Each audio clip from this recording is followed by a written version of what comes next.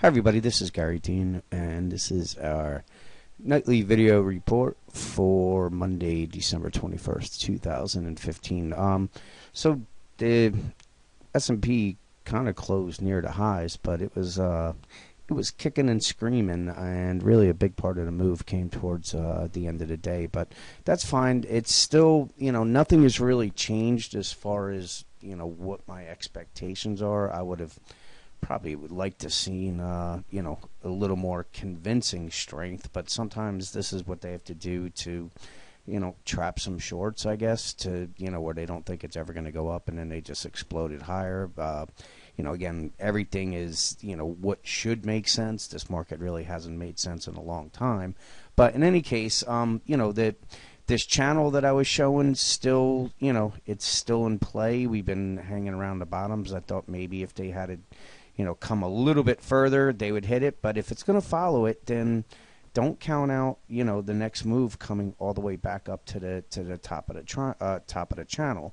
Now, you can see we're right around the 23% retracement level. If they can break through this, we should see a fairly easy move up to the, most likely the 32.41 area. And this is where the open gap is. So I would say this is probably your bare minimum target.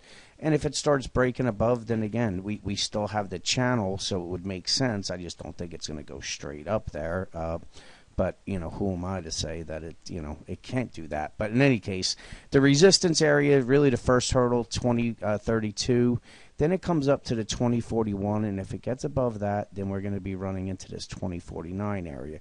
Again, if it starts clearing it, then, we could start eyeing the top of the channel. On the 15-minute chart, you can see where, we have some good bullish divergences. We haven't even really crossed, as far as momentum heading to the upside, but you can see they're trying to make a little push right here.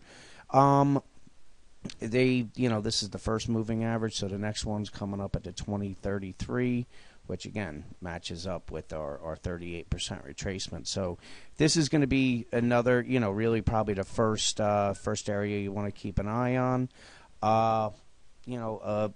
Real above that, then we're looking at the 2044, 2056 area. But again, we have the bullish divergences very oversold right here, so it would make sense if we get that.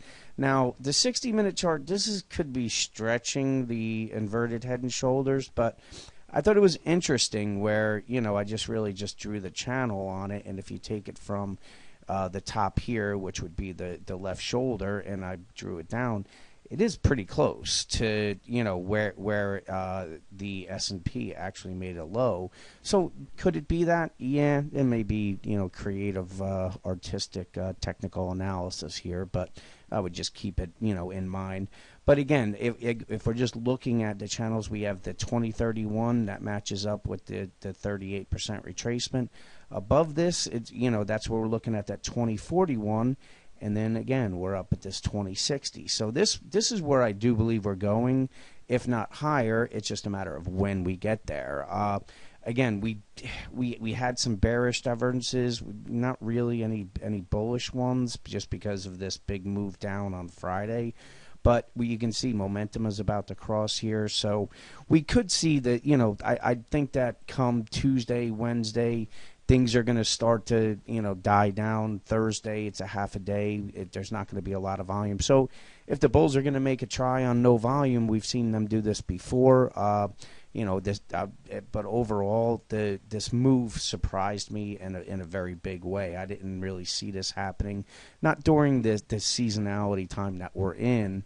But we'll have to just kind of wait and see if the bulls can dig themselves out of this. So with that, enjoy the rest of your night, and I'll talk to you guys tomorrow.